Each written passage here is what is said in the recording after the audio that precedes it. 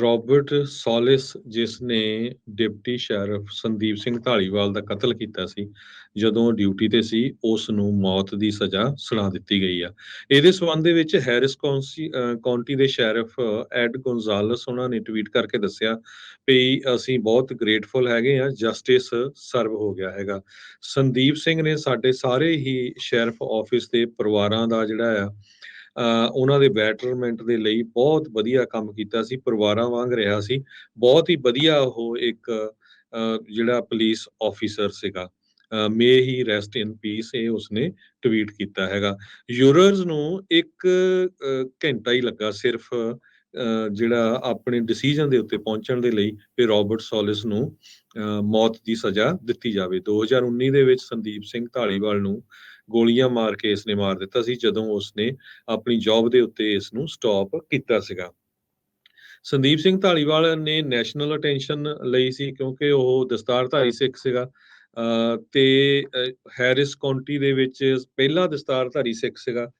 ਉਸ ਤੋਂ ਬਾਅਦ ਹੁਣ ਬਹੁਤ ਸਾਰੇ ਸ਼ਹਿਰਾਂ ਦੇ ਵਿੱਚ ਸਟੇਟਸ ਦੇ ਵਿੱਚ ਦਸਤਾਰਧਾਰੀ ਸਿੱਖ ਐਜ਼ ਏ ਪੁਲਿਸ ਆਫੀਸਰ ਕੰਮ ਕਰ ਸਕਦੇ ਹੈਗੇ ਆ। ਇਸ ਤੋਂ ਬਿਨਾਂ 2017 ਦੇ ਵਿੱਚ ਜਦੋਂ ਹੂਸਟਨ ਦੇ ਵਿੱਚ ਹਾਰਵੇ ਜਿਹੜਾ ਆਇਆ ਸੀਗਾ ਹਰੀਕੇਨ, ਉਹ ਉਸ ਟਾਈਮ ਦੇ ਉੱਤੇ ਉਸਨੇ ਬਹੁਤ ਵਰਕਆਊਟ ਕੀਤਾ ਸੀ। ਬਹੁਤ ਸਾਰੇ ਟਰੱਕਰ ਵੀਰ ਜਿਹੜੇ ਆਪਣੇ ਆ ਉਹਨਾਂ ਦੇ ਨਾਲ ਟਰੱਕ ਲਿਜਾ ਕੇ ਕੈਲੀਫੋਰਨੀਆ ਤੋਂ 18 ਵੀਲਰ ਟਰੱਕਰਸ ਉਹਨਾਂ ਨੂੰ ਅੱਗੇ ਗਾਈਡ ਕਰਕੇ ਉੱਥੇ ਤੱਕ ਪਹੁੰਚਾਇਆ ਸੀਗਾ। ਉਸ ਤੋਂ ਬਾਅਦ ਉਹ ਪਿਊਰਟੋ ਰੀਕੋ ਜੋ ਹੈਗਾ ਆ ਉੱਥੇ ਵੀ ਜਦੋਂ ਹਰੀਕੇਨ ਮਰੀਆ ਆਇਆ ਸੀ ਉਸ ਟਾਈਮ ਤੇ ਉੱਥੇ ਉਹਨ ਸੇਵਾ ਕੀਤੀ ਸੀਗੀ।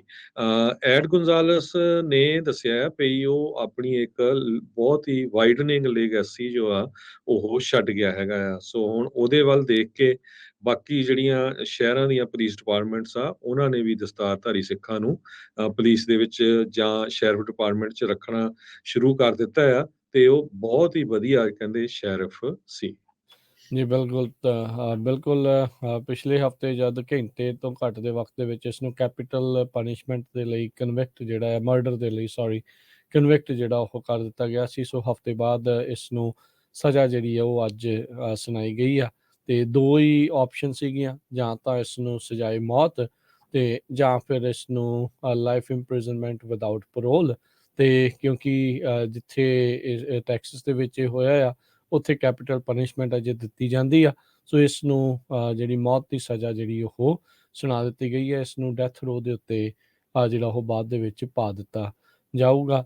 ਤੇ ਧਾਲੀਵਾਲ ਹੁਣੀ ਉਦੋਂ ਗੱਡੀ ਦੇ ਵਿੱਚ ਆਪਣੀ ਵਾਪਸ ਪਰਤ ਰਹੇ ਸੀ, ਇਸ ਦਾ ਲਾਇਸੈਂਸ ਵਗੈਰਾ ਉਹ ਚੀਜ਼ਾਂ ਉਹਨੂੰ ਪੁੱਛ ਗਿੱਛ ਕੇ ਤੇ ਮਗਰੋਂ ਆ ਕੇ ਇਸਨੇ ਪਿੱਛੋਂ ਕੋਲਡ ਬਲੱਡ ਦੇ ਵਿੱਚ ਬਿਹਾਈਂਡ ਦਾ ਜਿਹੜਾ ਆ ਉਹ ਪਿੱਛੋਂ ਜਿਹੜੀ ਗੋਲੀ ਚਲਾ ਕੇ ਇਹਨਾਂ ਦੀ ਹੱਤਿਆ ਜਿਹੜੀ ਉਹ ਕਰ ਦਿੱਤੀ ਸੀਗੀ। ਸੋ ਬਹੁਤ ਹੀ ਹੋਣਹਾਰ, ਬਹੁਤ ਹੀ ਕਹਿ ਸਕਦੇ ਹਾਂ ਵੀ ਉਜਵਲ ਭਵਿੱਖ ਵਾਲੇ ਸੰਦੀਪ ਧਾਲੀਵਾਲ ਉਹ ਅਜਾਈ ਇੱਕ ਹਿਸਾਬ ਦੇ ਨਾਲ ਚਲੇ ਗਏ, ਪਰ ਉਹਨਾਂ ਦੇ ਕੀਤੇ ਹੋਏ ਕਾਰਜ, ਉਹਨਾਂ ਦੇ ਕੀਤੇ ਹੋਏ ਕੰਮ ਉਸ ਨੂੰ ਹਮੇਸ਼ਾ ਪੂਰੀ ਜਿਹੜੀ ਸਿੱਖ ਕੌਮ ਹੀ ਨਹੀਂ, ਇੱਥੋਂ ਦੇ ਅਮੈਰੀਕਨਸ ਵੀ ਬਹੁਤ ਸ਼ਿੱਦਤ ਦੇ ਨਾਲ ਯਾਦ ਕਰਦੇ ਨੇ।